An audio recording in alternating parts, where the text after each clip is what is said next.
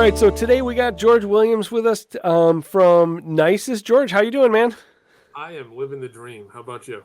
Oh, you know it. Owning a business is it's like sunshine and roses every day. You can't beat At it. least that squint. I can't tell. A Yeah. little bit of sarcasm there. No sarcasm, no sarcasm. So we wanted to chat with you a little bit because we got upcoming Upstate Conference coming up on November 15th. I almost said 25th. November 15th. And Yeah. that's going to be in Syracuse, New York, and you're going to be one of the presenters there, aren't you? Yes, I am. I'll be talking on cockroach control, and one of the things I want to do is try and present things a little differently, so it's not the same old presentation. Oh, Give cool. technicians kind of a real look at what's going on out there and some of the challenges that they face, on a day-to-day basis when battling cockroaches. Oh, awesome. And now you've been with Nisus for a while. What's your background for those who don't know? How'd you get into this spot here? I think I stopped counting on my experience after like 32 years. So I There you might go. be around 34 years of being in the industry. I've been with Nisus for 2 glorious years. Looking forward to many more. Prior to that, I was in distribution for a couple of decades. I ran a pest control company before that in Boston. We had 13 guys and got up to like 33 guys. So, just like you, managing the day-to-day chaos is interesting to say the least. And then before that, I was actually working for a friend's pest control company, and he was based out of New York City, and that's how I got in the industry. Mm. I was doing kind of odd jobs while I was in college, and he said, "Well, why don't you do termite work?" And that's how I got into the industry. And then I just thought of it as a job at that point. I didn't think of it as a career. And I went to go get some CEU credits for my license, and I didn't know anything about CEUs. So he said, "Oh, you got to go out to SUNY Farmingdale Cornell Cooperative Extension out on Long Island, and there's a seminar on carpenter ants." So it's an evening seminar. I'm not, thrilled about going to an evening seminar after a long day of being a technician. Yep. I just want to go home, and I go there, and there's this crazy entomologist with an antenna on his head, and he's bouncing around the room, and I'm like, wow, this dude's odd. And I sit through the seminar, and I'm like, he's not only odd, he's just really interesting, and this is a lot of science. And during the coffee break, I said to him, I said, as eccentric as you are, I learned a lot, and I'm looking forward to the second hour of the presentation. And he goes, "Oh, you're new to the industry?" And I said, "Yeah." I said, "I just got my license." And he said, "Make it a career. It's going to be the best decision you ever made." And that guy was Doc Frischman, and he's one of my early mentors in the industry. And if it wasn't for Doc Frischman, myself and so many other people have that same exact story where he said, make it a career. It'll be the best decision you ever made. And he's 1,000% right. So Wow. thank you to Doc for that. Wow. And so you're going to be presenting, I think you're in the second half. You're in the afternoon presenting on roaches. What kind of stuff are we going to be talking about with this? Well, if you think about, over the decades, I know we're going to have new people in the class as well as some experienced vets. Hmm. And I try to tailor my presentation to fit, everybody in the room, because some stuff might be over the head for the person that's just starting out. And then there's some people that have seen 20, 30 plus, roach presentations. The one thing I like to do is not make it about the products, make it more about, what's in the trenches. And certainly Nisus has a good portfolio of products, to tackle cockroaches, but I don't think it should be an advertisement, and obviously we're getting CEU, so it won't be. But, you know, everybody, on the manufacturing end is going to say their products are the greatest thing since sliced bread. And, that's not always the case. And there are products that are perfect fits for certain applications, and they may be a nicest product or they may not be. It's the best product for the given situation. And, as you can attest, there is no cookie cutter approach to cockroach control or any pest control for that matter. Yeah. Have you seen in all these years? Have you seen like the average pest control treatment for roaches change over time? Yeah, I mean, I started in the industry, dating myself, obviously. We didn't put water in our B&Gs. We used deodorized kerosene, and you'd spray a commercial kitchen with deodorized kerosene and one of the organophosphates, and or carbamates, and you'd use those products. And the reason you'd use deodorized kerosene was to kind of take the waxy exoskeleton off the cockroach. And cockroaches were the number one pest for commercial pest control, and certainly residential played a part as well.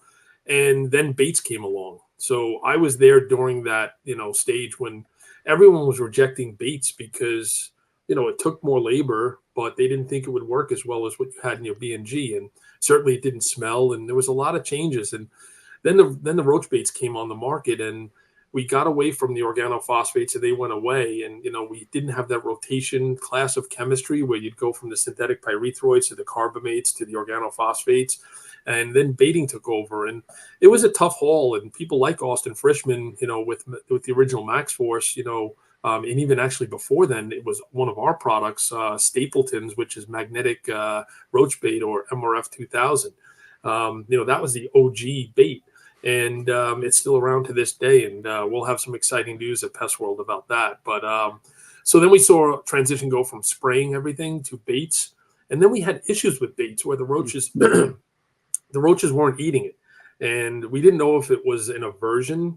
We didn't know if it was resistance, and it was popping up more and more. And then the roaches learned to avoid glucose, and then the manufacturers had to scramble and take glucose out of the baits.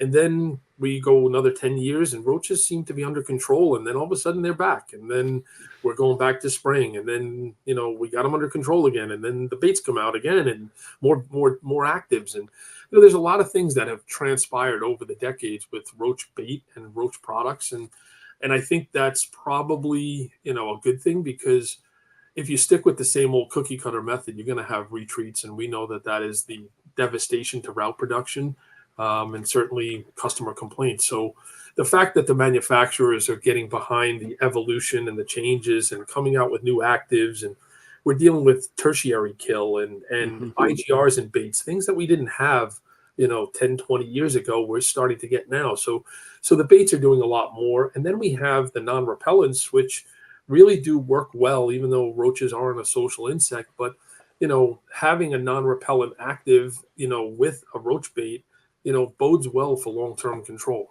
So yeah. I think, our toolbox is widening, whereas, in rodent control, we're shrinking our toolbox, and, roach control, I think we're expanding it. Yeah, it seems like there's a cyclical sort of element to roach control, where I see things like dust that fell out of favor now kind of coming back to be a player again, and that sort of thing. Yeah. Yeah. So speaking of dusts, I mean, if you are a really good assassin with a duster, and I'm not talking about pumping it until you feel it vibrate. I mean, putting out the right amount in the right void. And not having that kickback, you can control roaches with a bulb duster. And, I go back to, I'd have to say it's probably like 2009. And Dr. Ted Gronowski talked to me about, the borates. And he was specifically using Nibor in commercial accounts, hospitals, daycares, big facilities.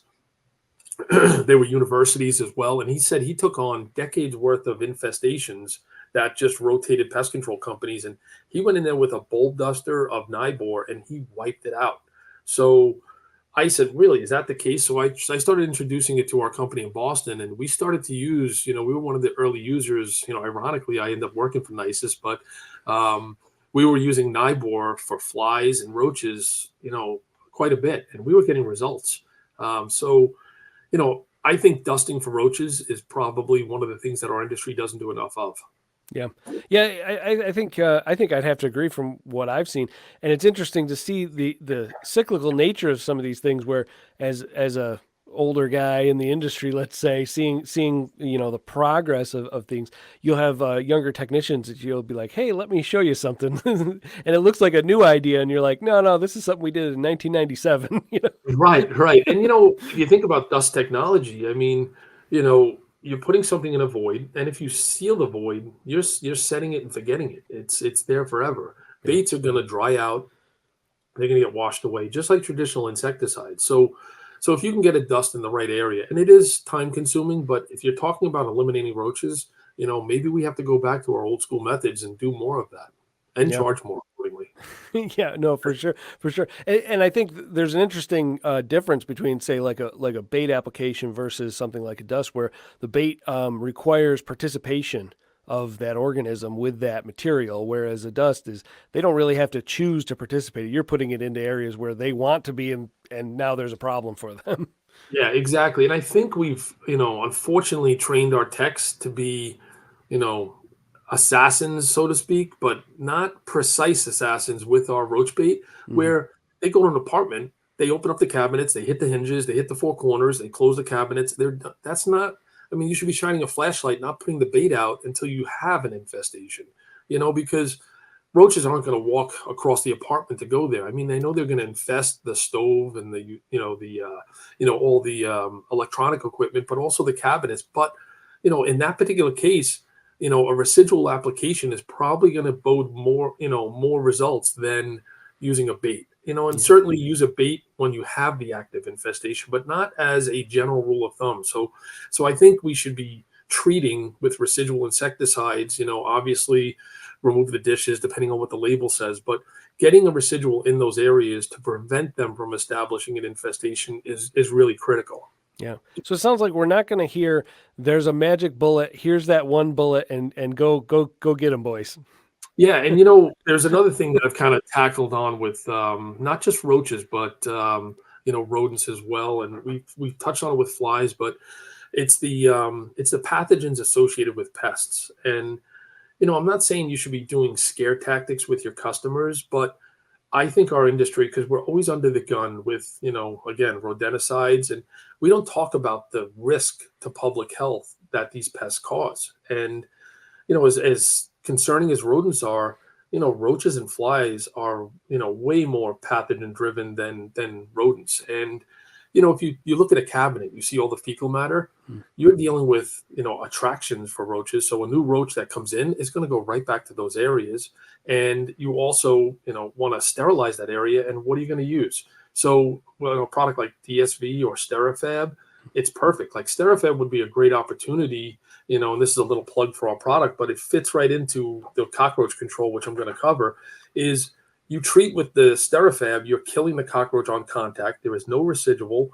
And then you're also doing a 2-for-1 treatment where you're sanitizing the area and you're taking care of the pathogens. Now, if you're public housing, Section 8, HUD, all of these things, that's important because they're going to repopulate those apartments and they want to get rid of the pathogens because New York City has a law in effect called Local Law 55 where you have to get rid of those pathogens. Mm. So you're going to be compliant with the law. You're going to get rid of the pathogens, and you're going to probably likely, resist the opportunity for roaches to reinfest those areas because you're neutralizing the fecal matter. Yeah. Do you know if that has any effect on the congregation pheromones that might be in those areas? If you think about it from the product standpoint, I mean, these products are designed to, sanitize and sterilize, and they were used during COVID and with great effectiveness. But, we would have to do some more expanding, on the testing of that to see exactly what it does. But again, taking care of that area, that's important. And we Yeah. know that the aggregation pheromones there, not just for bed bugs, but roaches and other Right. insects. So there is some more work to be done in that particular area, and that's something that we're kind of excited to look at, from a manufacturing standpoint. Yeah. Those things are always fascinating to me. That cutting edge sort of stuff. That's cool. Yeah, and from the PMP end, you're adding more value. So you have to be able to, set the expectation with the customer, but also explain that, our products that we're using are a little different than some of the common products where we just kind of spray and go. We're trying to do a little bit more and give more value and hopefully have less of an infestation in the future. Yeah, for sure. Now, this presentation is geared towards who? Who's the best person to view this thing? Well, I would like to say, and this is one of my peeves in the industry is you get somebody that comes in that's been doing it for 20 years and they're like, there's nothing you can't tell me about cockroaches that I didn't already know. And one of my other mentors, Norm Amon, used to say, if you walk out of any training program with one new tidbit, it's worth the price of admission. So my goal is to try and hopefully, enlighten some of the older experienced vets in the industry and give them some maybe tips and tricks, but also the new guys that might have been taught the wrong way to do things. Maybe we get them on the path to doing some right things, and then ultimately better roach control. Yeah, for sure. For sure. All right. That's awesome. If people need to get a hold of you, how can they do that? So there is a QR code behind me. Yes. That is, if you scan that, you'll put my contact right in your phone.